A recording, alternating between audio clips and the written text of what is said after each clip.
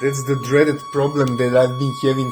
You see how it sounds like there is a pulse width modulation on top of the clean signal, and if I disconnect a module,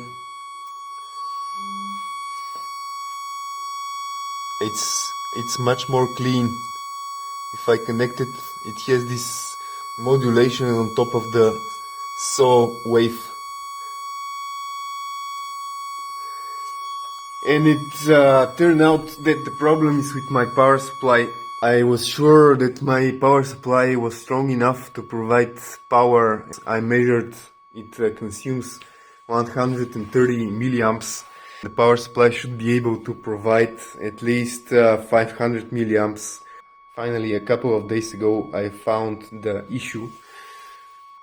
Now the power supply is just a little bit more loaded, it's still a lot less than it could provide, but apparently it's enough to drop the voltage output from the transformer just a little bit, like 1 volt, and that's enough to reach below the dropout voltage for the regulators. So, the voltage drops and the regulators cut off the output because it's below the dropout voltage.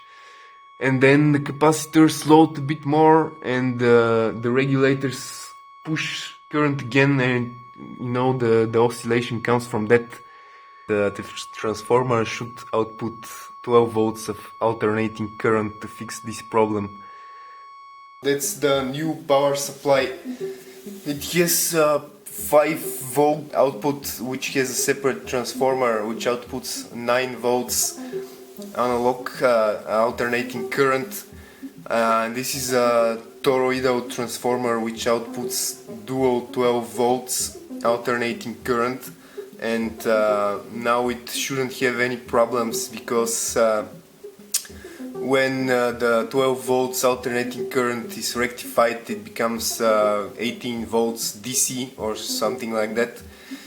And this is plenty enough above the dropout voltage for the stabilizers, and this is the rectifier and stabilizers and capacitors. I have dual 3300 microfarads and 2 per rail of 1000 microfarads. And here I have a couple of small ones, 100 microfarad and 1 microfarad and 100 nanofarads. And it's good to stack a couple of different values for capacitors, because this filters oscillations in different frequencies.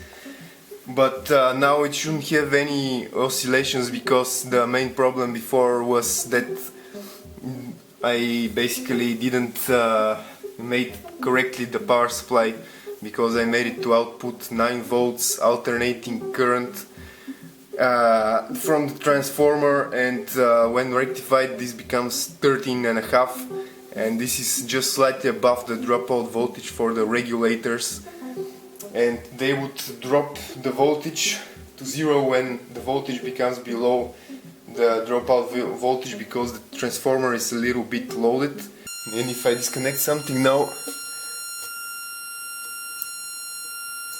there is still some kind of change in the tone, but there isn't that pulse width modulation that the voltage would drop and raise in a frequency.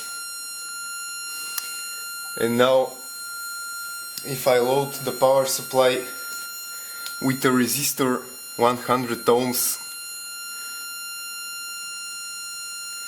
there isn't any change.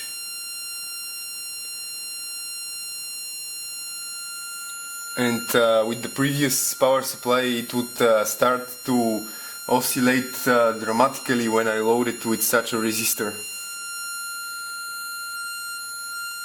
Now there is only a change in tone, but there isn't that frequency on top of the main signal.